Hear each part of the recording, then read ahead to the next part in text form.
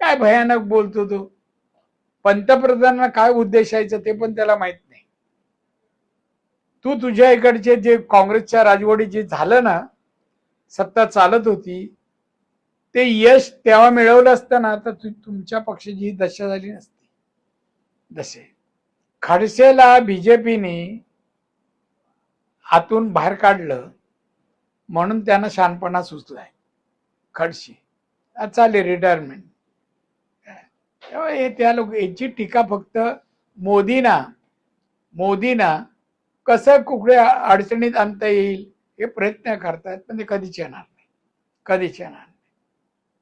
आता मोदींनी सांगितलं आपल्या गोष्टी वापरा. चुकीचं काय?